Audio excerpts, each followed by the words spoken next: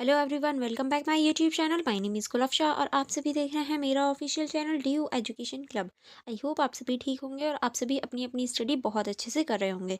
देखिए, आज की जो हमारी वीडियो है वो बीए प्रोग्राम सेमेस्टर 1 की होने वाली है।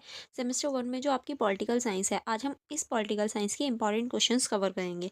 देखिए, ये जो पॉलिटिकल साइंस है इसका नाम है इंट्रोडक्शन टू पॉलिटिकल थ्योरी, यानी राजनीतिक सिद्धांत का परिचय। देखिए, ये जो पॉलिटिकल है इसके हम सारे ही जो इंपॉर्टेंट क्वेश्चन विद आंसर हैं उन्हें कवर करेंगे। और देखिए, इसमें जो जितने भी आपकी बुक में इंपॉर्टेंट क्वेश्चंस हैं या प्रीवियस ईयर में आए हैं, उन सभी क्वेश्चंस को हम कवर करेंगे। तो ये वीडियो एक पार्ट में ना होकर दो पार्ट में होने वाली है, तो आप पूरी वीडियोस को देखना एंड लाइक करना मत भूलिएगा। एंड इसके बाद में एक और वीडियो होगी जो हमारी थर्ड वीडियो होगी, जो इन दोनों की मर्ज होगी इसके कंक्लूजन में, ताकि आप सारी वीडियोस को देख पाएँ और अपनी क्विक रिवीजन के लिए ये थर्ड वीडियो आएगी और ये दोनों आप लोगों के लिए पढ़ने के लिए होंगे। ठीक है, चलिए फिर बिना देरी करे हम लोग इस वीडियो की स्टार्टिंग करते हैं।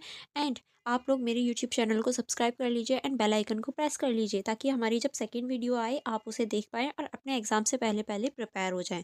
चलिए फिर बिना देरी करे हम लोग स्टार्ट करते हैं। जैसे कि आप देख सकते हैं, जो हमारा फर्स्ट क्वेश्चन होगा हम इससे स्टार्ट करेंगे। फर्स्ट क्वेश्चन है हमारा, राजनीतिक सिद्धांत की प्रकृति तथा इसके महत्व पर प्रकाश डालिए। यानी जो राजनीतिक सिद्धांत है इसकी जो प्रकृति है इसके बारे में आपको बताना है और इसकी महत्व के बारे में बताना है कि राजनीतिक सिद्धांत की क्यों आवश्यकता है, हमें क्या महत्व है इसका। ठीक है, तो हम लोग स्टार्टिंग करेंगे परिचय से। परिचय में आप लिख सकते हैं, राजनीतिक सिद्धांत राजनीतिक विज्ञान का एक महत्वपूर्ण क्षेत्र है जो राजनीतिक विचारों, सिद्धांतों और मूल्यों का अध्ययन करता है।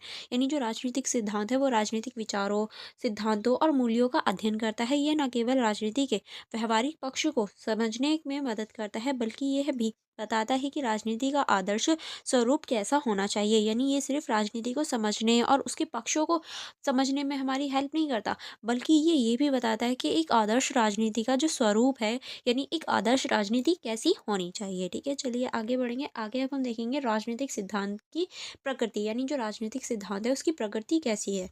इसके अंतर्गत आप लिखेंगे मानव केंद्रीय अध्ययन। किस तरह से मानव केंद्रीय अध्ययन होता है इसके अंतर्गत देख लेते हैं। इसके अंतर्गत आप लिखेंगे, राजनीतिक सिद्धांत का मुख्य केंद्र मानव और उसके समाज में सत्ता, स्वतंत्रता, समानता और न्याय जैसे मुद्दों का अध्ययन है। यानी देखिए, राजनीतिक सिद्धांत का जो केंद्र है वो सत्ता, स्वतंत्रता, समानता और न्याय के मूल्य जो हैं वो होते हैं। यह सत्ता के विभिन्न स्वरूपों और उनके प्रभावों का विश्लेषण करता है। यानी ये सत्ता के विभिन्न जो स्वरूप होते हैं और उनका जो प्रभाव होता है उनका विश्लेषण करने का कार्य करता है। अब हम देखेंगे सामाजिक और नैतिक आयाम। किस तरह से सामाजिक और नैतिक आयाम होते हैं इसके अंतर्गत आप लिख सकते हैं, ये समाज में नैतिक मूल्यों, आदर्शों और अधिकारों की भूमिका पर जोर देते हैं। यह समझने का प्रयास करते हैं कि समाज में शक्ति और संसाधनों का वितरण किस प्रकार से किया जा सकता है। यानी किस तरह से हम शक्ति का और जो संसाधन है उनका वितरण कर सकते हैं, ताकि जो असमानता है वो ना फैले। ठीक है, अब हम देखेंगे वैज्ञानिक और दार्शनिक दृष्टिकोण। किस तरह से वैज्ञानिक और दार्शनिक दृष्टिकोण होता है इसको देख लेते हैं। इसके अंतर्गत आप लिख सकते हैं, राजनीतिक सिद्धांत एक और तर्क और अनुभवजनक तथ्यों के आधार पर वैज्ञानिक दृष्टिकोण अपनाता है। यानी जो राजनीतिक सिद्धांत है ये तर्क और अनुभवजनक जो तथ्य होते हैं उन पर वैज्ञानिक दृष्टिकोण को अपनाने का कार्य करता है।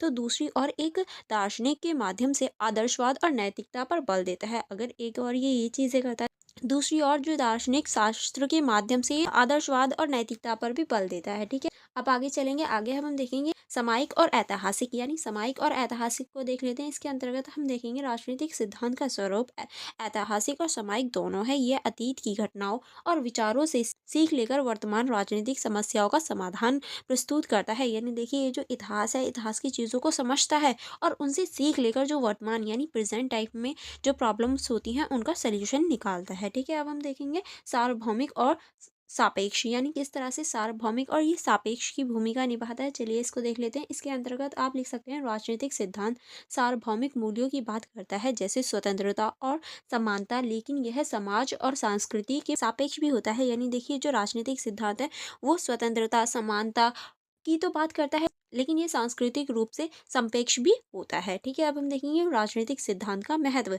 कि राजनीतिक सिद्धांत जो है इसका क्या महत्व है। तो पहला आप लिखेंगे राजनीतिक व्यवस्था की समझ।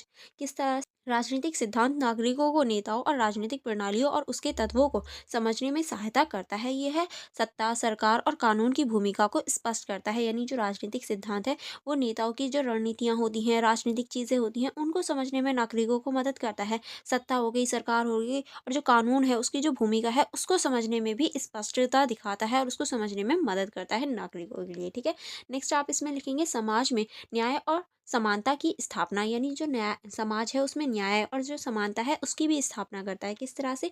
राजनीतिक सिद्धांत न्याय और समानता जैसे मूल्यों को बढ़ावा देता है। ये बताता है कि समाज में प्रत्येक व्यक्ति के अधिकार और कर्तव्य कैसे सुनिश्चित किए जाएंगे। यानी ये जो है ये समाज में सिर्फ उनके मूल्यों को ही नहीं निर्धारित करता बल्कि उनके कर्तव्यों को भी बताता है कि उन्हें क्या क्या चीज़ें करनी है। ठीक है, नेक्स्ट अब हम देखेंगे राजनीतिक विचारधाराओं का मूल्यांकन। किस तरह से? यह विभिन्न विचारधाराओं जैसे लोकतांत्रिक, साम्यवाद, समाजवाद और पूंजीवाद का विश्लेषण करता है। यानी ये जो है ये लोकतांत्रिक, साम्यवाद, समाजवाद और पूंजीवाद का भी विश्लेषण करता है। इसमें हमें यह समझने में मदद मिलती है कि कौन सी विचारधारा समाज के लिए बेहतर हो सकती है। यानी ये जो है ये हमें ये भी बताने का कार्य करता है कि हमें किस विचारधारा का पालन करना है जो हमारे समाज में आगे लेकर जाएगी, यानी हमारे समाज का विकास करेगी और कौन सी विचारधारा हमारे समाज के लिए बेहतर होगी। ठीक है, अब हम देखेंगे है सामाजिक परिवर्तन में भूमिका, यानी ये जो है ये किस तरह से सामाजिक परिवर्तन में भूमिका निभाती है। ठीक है, चलिए इसको देख लेते हैं। इसके अंतर्गत आप लिख सकते हैं सामाजिक सिद्धांत समाज में सुधार और परिवर्तन की प्रेरणा देते हैं। यह पुराने और अनैतिक नियमों को काटकर नए और नैतिक मूल्यों की स्थापना की दिशा में कार्य करते हैं। यानी ये जो है ये जो पुरानी चीज़ें हैं या पुराने जो नियम हैं उनको काटकर उन्हें ख़त्म करके जो नए नियम हैं, नई नैतिक मूल्य हैं उनको स्थापित करने का कार्य भी करते हैं। ठीक है, अब हम देखेंगे राजनीतिक चेतनाओं का विकास। किस तरह से ये नागरिकों को उनके अधिकारों, कर्तव्यों और राजनीतिक प्रक्रियाओं के प्रति जागरूक करते हैं, जिससे लोकतांत्रिक मजबूत होता है और नागरिक अधिकार सक्रिय रूप से भाग ले पाते हैं। यानी ये नागरिकों को सक्रिय रूप से भाग लेने और उनके जो कर्तव्य हैं और उनके जो अधिकार हैं, कर्तव्य हैं और राजनीतिक प्रक्रिया है उससे वो जागरूक कर पाते हैं और उन्हें जागरूक बनाने का कार्य करते हैं। ठीक है, अब हम देखेंगे भविष्य की दिशा। किस तरह से भविष्य की दिशा? इसके अंतर्गत आप लिख सकते हैं राजनीतिक सिद्धांत ये सोचने में मदद करता है कि भविष्य में समाज और राजनीति का स्वरूप कैसा होना चाहिए। ये आदर्श समाज के निर्माण के लिए मार्गदर्शन प्रदान करता है। यानी ये हमें ये सोचने पे भी मजबूर करता है कि भविष्य में जो हमारी राजनीति है वो कैसी होगी और उसे हम किस तरह से एक आदर्श समाज या एक आदर्श राजनीति में परिवर्तित कर सकते हैं। ठीक है, अब हम देखेंगे इस क्वेश्चन का निष्कर्ष। क्या आप निष्कर्ष में क्या लिख सकते हैं? निष्कर्ष में आप लिख सकते हैं राजनीतिक सिद्धांत न केवल एक शैक्षणिक विषय है बल्कि यह समाज और राजनीति के संचालन के लिए एक मार्गदर्शन भी है। यानी देखिए ये जो राजनीतिक विज्ञान है वो सिर्फ एक शैक्षणिक यानी शिक्षा वाला ही विषय नहीं है बल्कि ये जो है ये हमारी राजनीति और जो हमारा समाज है उसे मार्गदर्शन देने का भी कार्य करता है। इसकी प्रकृति बहुआयामी है और इसका महत्व व्यापक है। यानी जो इसकी प्रकृति है वो बहुआयामी है और इसका महत्व भी बहुत बड़ा है।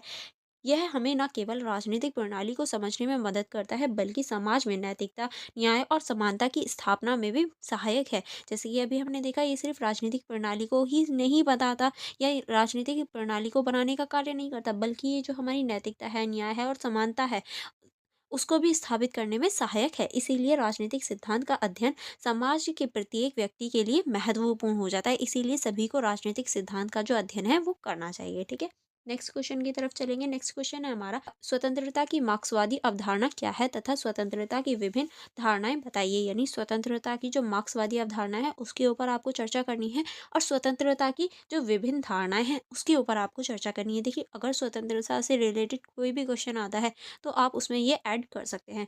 इसका परिचय देख लेते हैं, यानी स्वतंत्रता की मार्क्सवादी अवधारणा को देख लेते हैं कि आप इसके अंतर्गत या ये कहूँ आप इसके परिचय में क्या लिख सकते हैं। इसके परिचय में आप लिख सकते हैं मार्क्सवादी विचारधारा में स्वतंत्रता को केवल व्यक्तिगत स्तर पर स्वतंत्र नहीं माना गया है बल्कि इसे सामाजिक, आर्थिक और राजनीतिक संदर्भ में परिभाषित किया गया है। यानी अगर हम स्वतंत्रता की बात कर रहे हैं तो इसे सिर्फ व्यक्तिगत स्तर पर ही स्वतंत्र नहीं माना गया है बल्कि इसे सामाजिक, आर्थिक और राजनीतिक संदर्भ में भी परिभाषित किया गया है। कार्ल मार्क्स और उसके सहयोगी फ्रेडरिक एंगल्स ने स्वतंत्रता की व्याख्या सामाजिक आर्थिक संरचना के संदर्भ में की है। यानी कार्ल मार्क्स और उनके जो सहयोगी थे फ्रेडरिक एंगल्स, इन्होंने स्वतंत्रता की जो व्याख्या है वो सामाजिक आर्थिक संरचना के संदर्भ में भी की है। इनके अनुसार स्वतंत्रता का वास्तविक अर्थ व्यक्ति की समाज को उनके संबंधों को से मुक्त करना है जो उन्हें उनके श्रमों और अधिकारों से वंचित रखती है। ठीक है, चलिए आगे बढ़ेंगे। आगे अब हम देखेंगे जो इसके मुख्य बिंदु हैं। इसके मुख्य बिंदु में हम देखेंगे आर्थिक स्वतंत्रता। किस तरह से कार्ल मार्क्स के अनुसार पूंजीवादी व्यवस्था में श्रमिक वर्ग आर्थिक रूप से स्वतंत्र नहीं होते क्योंकि उसके श्रम का शोषण होता है। ठीक है, नेक्स्ट अब हम इसमें देखेंगे स्वतंत्रता का अर्थ है उत्पादन के साधनों का निजी स्वामित्व समाप्त करना और उन्हें समाज के सामूहिक नियंत्रण में लाना। यानी जो उत्पादन के साधन होते हैं उन पर सामूहिक अधिकार होना चाहिए, ना कि निजी अधिकार। ठीक है, निजी अधिकार को समाप्त कर देना चाहिए। नेक्स्ट अब हम देखेंगे श्रम और स्वायत्ता। किस तरह से श्रम और स्वायत्ता है, इसके अंतर्गत आप लिखेंगे कार्ल मार्क्सवादी दृष्टिकोण में स्वतंत्रता का मतलब श्रमिक वर्गों को उस शोषण से मुक्त करना है जो पूंजीवाद के तहत होता है। यानी जो पूंजीवाद के तहत शोषण होता है उससे ही मुक्त कर देना स्वतंत्रता होती है। ठीक है, अब हम देखेंगे श्रमिकों को उसके श्रम के उत्पादन पर उत्पादन पर पूरा अधिकार होना चाहिए। यानी श्रमिक जो हैं, जो वो बना रहे हैं या जिसका वो उत्पादन कर रहे हैं, उन पर उसका पूरा अधिकार होना चाहिए। ऐसा नहीं है मालिक का अधिकार हो, नहीं, जो काम कर रहा है उसका अधिकार होना चाहिए इनके अनुसार। ठीक है, अब हम देखेंगे सामाजिक और वर्गीय शोषण का अंत। यानी जो सामाजिक और वर्गीय शोषण होता है उसका अंत होना चाहिए।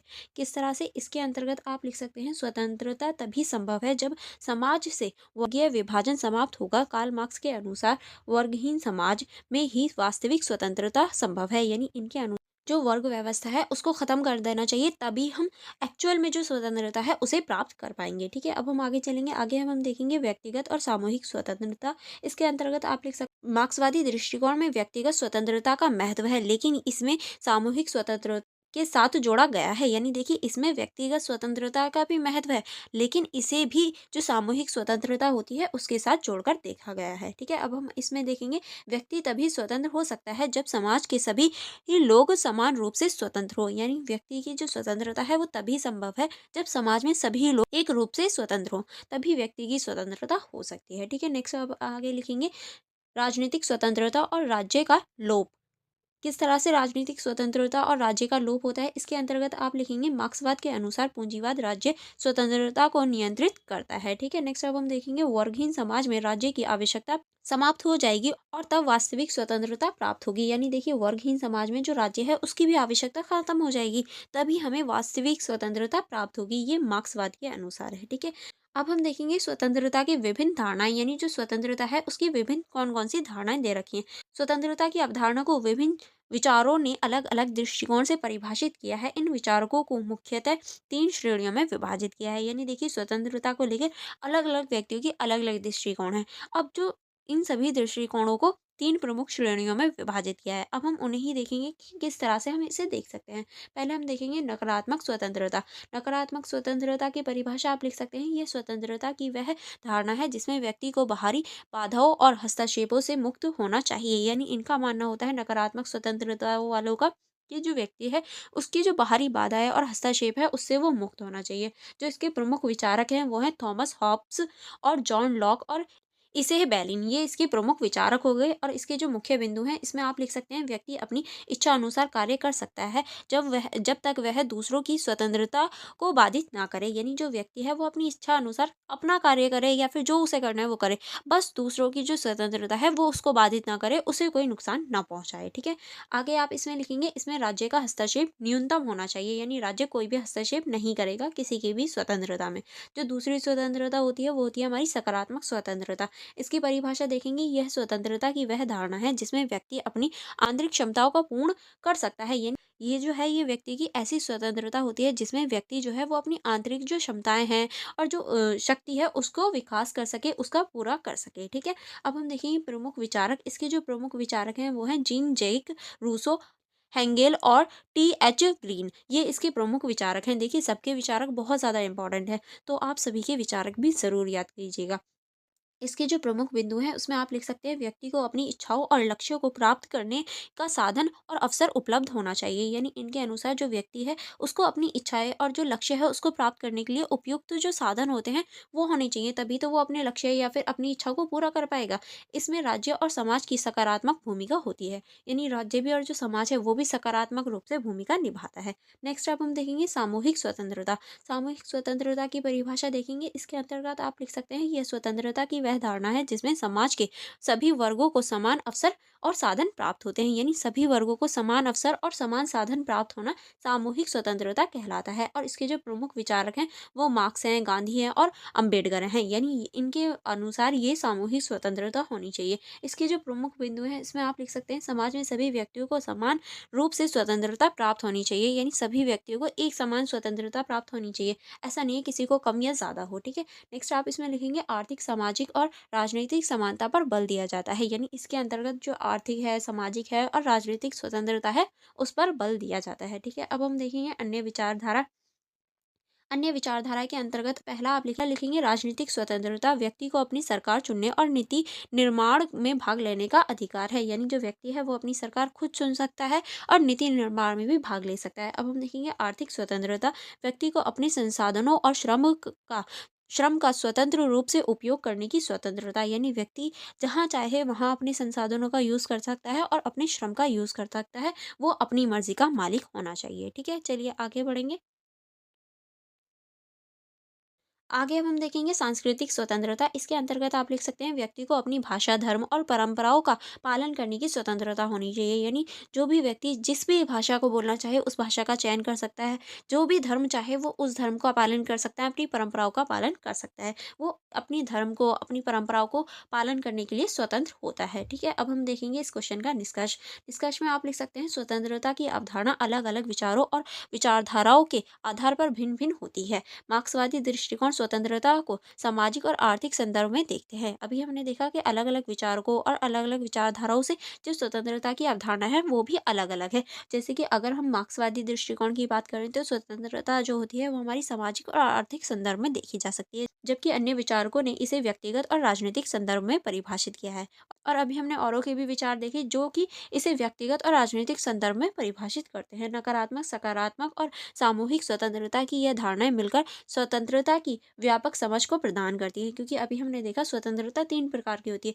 पहली हमारी नकारात्मक, दूसरी सकारात्मक, तीसरी सामूहिक स्वतंत्रता, जो कि अलग अलग धारणाएं प्रदान करने का कार्य करती हैं। स्वतंत्रता केवल बाधाओं की अनुमति नहीं देती, बल्कि यह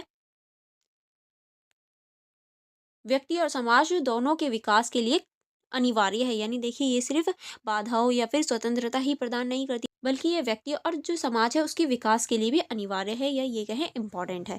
आई होप आपको अभी तक सारे क्वेश्चन समझ में आ रहे होंगे। आप वीडियो को लाइक कर दीजिए, वरना आप लास्ट में भूल जाते हैं, ठीक है। चलिए अब हम नेक्स्ट क्वेश्चन की तरफ पढ़ेंगे। नेक्स्ट क्वेश्चन है हमारा, रॉल्स के न्याय सिद्धांत का आलोचनात्मक मूल्यांकन कीजिए, यानी जो रॉल्स का न्याय सिद्धांत है इसका आपको आलोचनात्मक मूल्यांकन करना है। इसका परिचय देख लेते हैं। परिचय में आप क्या लिख सकते हैं, चलिए इसका परिचय देख लेते हैं। परिचय में आप लिखेंगे जॉन रॉल्स का न्याय सिद्धांत, यानी थ्योरी ऑफ जस्टिस समकालीन राजनीतिक दर्शन में एक महत्वपूर्ण योगदान है। रॉल्स ने न्याय सिद्धांत क्षमता के रूप में परिभाषित किया है और दो प्रमुख सिद्धांत प्रस्तावित किए, यानी देखिए जो रॉल्स का न्याय सिद्धांत है उन्होंने इस न्याय सिद्धांत को एक न्याय के रूप में निष्पक्षता के आधार पर इसे परिभाषित किया है, और इसके दो प्रमुख जो हैं वो सिद्धांत हैं। पहला है समानता का सिद्धांत, हर व्यक्ति को समान पहलू, अधिकार और स्वतंत्रता प्राप्त होनी चाहिए। दूसरा है हमारा असमानता का सिद्धांत, असमानता तभी स्वीकार्य जब वह समाज के सबसे कमजोर वर्ग के हित में हो और अवसरों की समानता सुनिश्चित करे, यानी देखिए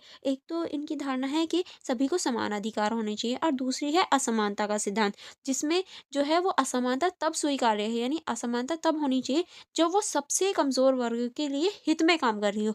जैसे कि आपने कभी नोटिस किया होगा जो एसटी, एससी और ओबीसी होते हैं, इनको थोड़ी-सी रिलैक्सेशन मिलता है, या ये कहूँ इनको थोड़ी-सी छूट होती है हर चीज़ में, सरकारी चीज़ में। इन्हें जॉब्स में और हर चीज़ में थोड़ी-सी छूट मिलती है। अब देखिए अगर वैसे देखा जाए तो उन्हें छूट मिल रही है, जो नॉर्मल हैं, नॉर्मल कैटेगरी के हैं, उनके साथ तो अन्याय है।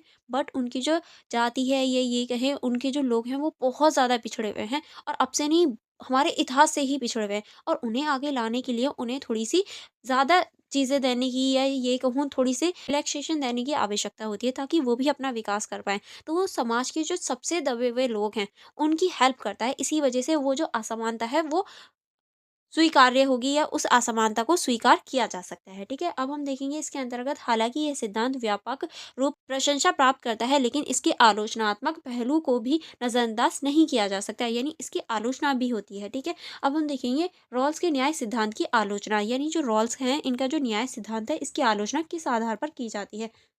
तो पहला हम देखेंगे आदर्शवादी दृष्टिकोण। रॉल्स का सिद्धांत अत्यधिक आदर्शवादी है और व्यवहारिक राजनीति या समाज में लागू करना कठिन है। यानी जो रॉल्स का सिद्धांत है वो बहुत ज़्यादा आदर्शवादी है। इसी वजह से इसे राजनीति या समाज में लागू करना कठिन हो जाता है। यह मूल स्थिति और अज्ञान के पर्दे जैसे विचार प्रयोग पर आधारित है जो वास्तविक स्थितियों से दूर है। यानी इस सिद्धांत के अंतर्गत जो वास्तविक स्थितियाँ होती हैं उनको नज़रअंदाज किया जाता है। इसी वजह से इसको लागू करना थोड़ा-सा कठिन हो जाता है। नेक्स्ट अब हम देखेंगे सबसे कमज़ोर वर्ग की प्राथमिकता।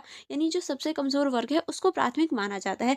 असमानता को कमज़ोर वर्ग के फ़ायदे में स्वीकार करने की सिद्धांत व्यवहार में अमीर और शक्तिशाली वर्ग द्वारा दुरुपयोग किया जा सकता है। ठीक है, चलिए आगे बढ़ेंगे। आगे अब हम देखेंगे नेक्स्ट अब हम देखेंगे व्यक्तिगत अधिकारों की उपेक्षा। किस तरह से ये व्यक्तिगत अधिकारों की उपेक्षा करता है, इसके अंतर्गत आप लिख सकते हैं।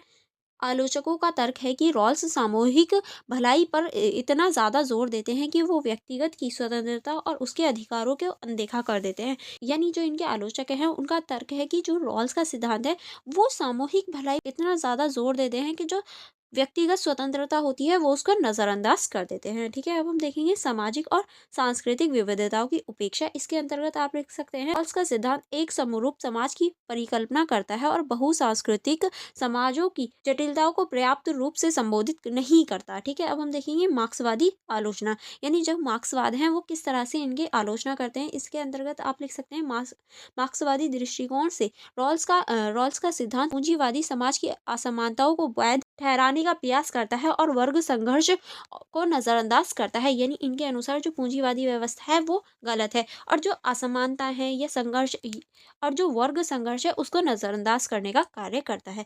देखिए सभी जो आलोचना है वो आपको पता होनी चाहिए कि रॉल्स के सिद्धांत की किस किस ने आलोचना की है और क्या क्या आलोचना की है, क्योंकि ये इंपॉर्टेंट है। ठीक है, अब हम देखेंगे उपयोगितावादी दृष्टिकोण का विरोध। किस तरह से रॉल्स उपयोगितावाद की आलोचना करते हैं, लेकिन आलोचक मानते हैं कि उनकी अवधारणा स्वयं उपयोगितावादी तर्क पर आधारित है। यानी जो रॉल्स हैं वो खुद भी उपयोगितावादी जो सिद्धांत है उसकी आलोचना करते हैं, लेकिन जो इसके आलोचक हैं उनका मानना है कि रॉल्स का सिद्धांत भी तो उपयोगितावादी तर्क पर आधारित है, क्योंकि वह समाज के कल्याण के लिए व्यक्तिगत स्वतंत्रता को त्याग कर सकते हैं। क्योंकि उनका मानना है कि समाज की स्वतंत्रता या समाज का कल्याण पहले होता है, जो व्यक्तिगत स्वतंत्रता है वो इतनी इंपॉर्टेंट नहीं होती इनके सिद्धांत के अंतर्गत। ठीक है, अब हम देखेंगे निष्कर्ष। क्या आप इस क्वेश्चन के निष्कर्ष में क्या लिख सकते हैं? निष्कर्ष में आप लिख सकते हैं रॉल्स का न्याय सिद्धांत समकालीन समाज में न्याय की अवधारणा को समझने और लागू करने के लिए एक मजबूत आधार प्रदान करता है। हालांकि इसकी आलोचनाएं इसे लागू करने में व्यवहारिक चुनौतियों और सामाजिक विधियों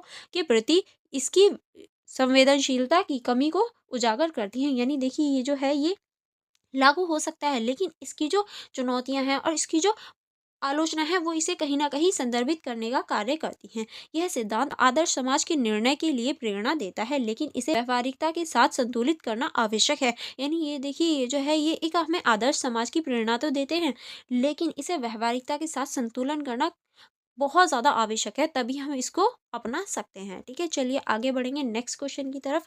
नेक्स्ट क्वेश्चन है हमारा न्याय पर प्लेटो और अरस्तू के विचार। यानी जो न्याय है उस पर आपको प्लेटो और अरस्तू के विचार बताने हैं कि प्लेटो के अनुसार न्याय क्या है और अरस्तू के अनुसार न्याय क्या है। तो पहले हम देखेंगे परिचय। परिचय में आप लिख सकते हैं प्राचीन यूनानी दार्शनिक प्लेटो और अरस्तू ने न्याय के विषय पर अपने विचार प्रस्तुत किए हैं। यानी देखिए दोनों ने अपने अपने विचार प्रस्तुत किए हैं जो आज भी राजनीतिक दर्शन के अध्ययन में महत्वपूर्ण स्थान रखते हैं। दोनों ने न्याय को समाज और व्यक्ति के लिए अनिवार्य गुण माना, लेकिन इनके दृष्टिकोण विभिन्न है। यानी दोनों का मानना है कि जो न्याय है वो एक अनिवार्य गुण है या बहुत इंपॉर्टेंट है, लेकिन इन दोनों के जो गुण है वो अलग अलग है। ठीक है, अब हम देखेंगे प्लेटो के न्याय के विचार। यानी पहले हम देखेंगे प्लेटो के न्याय के विचार। प्लेटो के अनुसार क्या है न्याय। प्लेटो ने न्याय की अवधारणा को अपने ग्रंथ द रिपब्लिक यानी गणराज्य में विस्तार से समझाया है। उनके अनुसार यानी देखिए जो प्लेटो है उन्होंने अपनी ग्रंथ द रिपब्लिक में न्याय के बारे में बताया है। इनके अनुसार जो न्याय है वो व्यक्तिगत न्याय है। न्याय तब प्राप्त होता है जब व्यक्ति अपने भीतर तीन अंगों यानी मन, आत्मा और शरीर में सामंजस्य बना रहता है। यानी देखिए व्यक्ति को तब न्याय प्राप्त होता है जब वो अपने अंदर के जो मन है, आत्मा है और शरीर है उसमें सामंजस्य बना लेता है। अब इसमें हम आगे लिखेंगे बुद्धि। बुद्धि को शासन करना चाहिए। ठीक है, नेक्स्ट अब हम देखेंगे साहस को बौद्धिक के निर्देशों का पालन करना चाहिए। इच्छाओं को नियंत्रित करना चाहिए, तभी हम जो स्वतंत्रता है या ये कहें जो न्याय है उसको प्राप्त कर सकते हैं। ठीक है, आगे देखेंगे सामाजिक न्याय। सामाजिक न्याय क्या है? समाज में न्याय तब होता है जब प्रत्येक प्रत्येक वर्ग यानी शासन, सैनिक और श्रमिक अपनी अपनी भूमिका निभाएं और दूसरे के कार्य में हस्तक्षेप ना करें। यानी देखिए समाज में न्याय तब संभव है जब हर वर्ग यानी शासक हो, सैनिक हो या श्रमिक हो, सब अपना अपना कार्य करें और दूसरे के कार्य में हस्तक्षेप ना करें यानी टांग ना अड़ाएं। तब ही उनका जो न्याय है वो हो पाता है। इसमें उन्होंने लिखा है हर व्यक्ति को स्थान पर रहे, यानी जो हर व्यक्ति है वो अपने अपने स्थान पर रहे, दूसरे के स्थान पर जाने की आवश्यकता नहीं है, वो अपनी जिम्मेदारियों को निभाए। प्लेटो के अनुसार न्याय का मूल सिद्धांत है, यही प्लेटो के अनुसार जो न्याय है उसका मूल सिद्धांत है। ठीक है, अब हम देखेंगे आदर्श राज्य और न्याय। किस तरह से इन्होंने आदर्श राज्य और न्याय को दर्शाया है। प्लेटो के अनुसार आदर्श राज्य में न्याय का अर्थ है कि हर व्यक्ति और वर्ग अपने कर्तव्यों का पालन करे और समाज में सामंजस्यता बनाए, यानी हर व्यक्ति जो है वो अपने कर्तव्यों का पालन करे और राज्य भी अपने अपने कर्तव्यों का पालन करे, तभी समाज में जो सामंजस्यता है उसको बनाया जा सकता है। अब हम देखेंगे अरस्तु के न्याय के विचार, यानी अभी हमने देखा प्लेटो के अनुसार, अब हम देखेंगे अरस्तु के अनुसार। अरस्तु के अनुसार आप लिख सकते हैं, अरस्तु ने अपनी ग्रंथ निकोमैचीन एथिक्स और पॉलिटिक्स में न्याय पर चर्चा की है। उन्होंने न्याय को नैतिकता और व्यवहारिकता से जोड़ा है। ठीक है, अब हम देखेंगे इनके अनुसार सामान्य न्याय क्या है। यह समाज में समग्र कानून का पालन करने से संबंधित है, यानी समाज में समग्र कानून होना चाहिए तभी हमारा सामाजिक न्याय होता है। न्याय न्याय समाज के भले के लिए कानूनों और अनुपालन में निहित होता है। ठीक है, अब हम देखेंगे विशेष न्याय। कि विशेष न्याय क्या होता है। अरस्तु ने विशेष न्याय को दो भागों में विभाजित किया है। पहला होता है हमारा वितरणात्मक न्याय, संसाधन और समाज का वितरण योग्यता और योगदान के आधार पर किया जाना चाहिए, यानी जो संसाधन है और समानता है उनका जो वितरण है वो योग्यता और योगदान के आधार पर होना चाहिए। नेक्स्ट इनके अनुसार जो न्याय है वो है सुधारात्मक न्याय। यह अन्याय और असमानता को ठीक करने के लिए लागू होता है, जैसे कानूनी दंड या मुआवजा। यानी देखिए जो सुधारात्मक न्याय है ये जो समाज में अन्याय या असमानता हो जाती है उनको ठीक करने के लिए होता है, जिसमें हम कानूनी दंड या फिर मुआवजा को लिख सकते हैं। ठीक है, चलिए आगे बढ़ेंगे। आगे अब हम देखेंगे माध्यमिक वर्ग। अरस्तु ने न्याय को संतुलन के रूप में देखा। उनके अनुसार न्याय का मतलब है कि अत्यधिक और न्यायता के बीच संतुलन बनाए रखना। ठीक, अब हम देखेंगे प्लेटो और अरस्तु में अंतर, यानी जो प्लेटो है और जो अरस्तु हैं इन दोनों में क्या डिफरेंसेस हैं। अभी हमने दोनों को अलग अलग देखा, अब हम देखेंगे एक साथ इन दोनों में क्या डिफरेंसेस है। तो पहला हम देखेंगे प्लेटो ने न्याय को आदर्शवादी दृष्टिकोण से देखा, जबकि अरस्तु ने इसे व्यवहारिक और यथार्थवादी दृष्टिकोण से समझा। यानी देखिए प्लेटो के अनुसार जो न्याय है वो एक आदर्शवादी दृष्टिकोण है, बल्कि जो अरस्तु है इनके अनुसार ये व्यवहारिक और यथार्थवादी दृष्टिकोण से इसे हमें समझना चाहिए। ठीक है, आगे चलेंगे। आगे अब हम देखेंगे प्लेटो का न्याय समाज में सामूहिक संगठन पर केंद्रित है, जबकि अरस्तु का न्याय व्यक्तिगत नैतिकता और समाज के भौतिक हित पर आधारित है। ठीक है, अब हम देखेंगे प्लेटो ने वर्गों की भूमिका पर जोर दिया है, जबकि अरस्तु ने व्यक्तिगत योगदान और संतुलन को प्राथमिकता दी है। यानी प्लेटो के अनुसार जो वर्ग है उसकी भूमिका इंपॉर्टेंट होती है और अरस्तु के अनुसार जो व्यक्तिगत भूमिका होती है वो इंपॉर्टेंट होती है। आई होप आपको इन दोनों में डिफरेंसेस समझ में आ गए होंगे। अब हम देखेंगे इस क्वेश्चन का निष्कर्ष। इस क्वेश्चन के निष्कर्ष में आप लिख सकते हैं प्लेटो और अरस्तु दोनों ने न्याय को समाज के लिए आवश्यक गुण बताया है, यानी दोनों का मानना है कि जो न्याय है वो आवश्यक है समाज के लिए, लेकिन इनके दृष्टिकोण आदर्शवाद और यथार्थवाद के बीच विभाजित है। यानी इन दोनों के जो दृष्टिकोण है वो अलग अलग हैं। एक आदर्शवाद का समर्थन करता है, एक यथार्थवाद का समर्थन करता है। प्लेटो ने आदर्श राज्य और वर्गीय सामंजस्य को न्याय का आधार बनाया, जबकि अरस्तु ने नैतिकता, संतुलन और व्यवहारिक कानून को न्याय की नींव बताई है। दोनों विचार आज भी सामाजिक और राजनीतिक चिंता को दिशा प्रदान करते हैं। यानी देखिए दोनों के जो दृष्टिकोण हैं वो अलग अलग हैं। एक जो आदर्शवाद है उसको समर्थन करता है, एक यथार्थवाद को समर्थन करता है, लेकिन इसके बावजूद जो आज की सामाजिक और राजनीतिक चिंतन है उसमें ये दोनों ही इम्पॉर्टेंट रोल निभाते हैं। दोनों का ही जो विचारधारा है वो इम्पॉर्टेंट है। आई होप आपको यहाँ तक सारे ही क्वेश्चन समझ में आ गए होंगे। अगर आपको कोई डाउट हो या कोई प्रॉब्लम हो तो आप मुझसे कमेंट बॉक्स में पूछ सकते हैं। अदरवाइज इससे जो आगे के क्वेश्चन हैं वो हम सेकंड वीडियो में कवर करेंगे। Okay, and for more connectivity for more videos आप मेरे टेलीग्राम ग्रुप को ज्वाइन कर सकते हैं। आप मेरी इंस्टाग्राम आईडी को चेकआउट कर सकते हैं एंड इन दोनों का लिंक आपको डिस्क्रिप्शन बॉक्स में भी मिल जाएगा। एंड अगर आप इन सभी की सेल्फ स्टडी करना चाहते हैं इन नोट्स को खुद पढ़ना चाहते हैं तो आप मेरी यूट्यूब की मेंबरशिप को ज्वाइन कर सकते हैं, और यूट्यूब की मेंबरशिप को ज्वाइन करने के बाद में आप मुझे टेलीग्राम ग्रुप पर बता सकते हैं। जैसे ही आप मुझे टेलीग्राम ग्रुप पर बताएंगे तो आपके सेमेस्टर से रिलेटेड के सब्जेक्ट से रिलेटेड मैंने जितने भी नोट्स बनाए हैं या जितने भी सब्जेक्ट कवर किए हैं, मैं आपको उन सभी के जो नोट्स हैं वो प्रोवाइड करवा दूंगी। आप सभी को सेल्फ रीड कर सकते हैं। आई होप आपको ये वीडियो पसंद आई हो, ये सारी ही इंपॉर्टेंट क्वेश्चंस हैं। तो आप वीडियो को लाइक करना एंड अपने फ्रेंड्स के साथ शेयर करना मत भूलिएगा। एंड नेक्स्ट वीडियो के लिए आप मेरे यूट्यूब चैनल को सब्सक्राइब कर लीजिए एंड बेल आइकन को प्रेस कर लीजिए, ताकि जो मेरी नेक्स्ट वीडियो है आप तक पहुंच जाए और आप उसको देख पाएँ। चलिए फिर मिलेंगे नेक्स्ट वीडियो में। Thank you for watching everyone.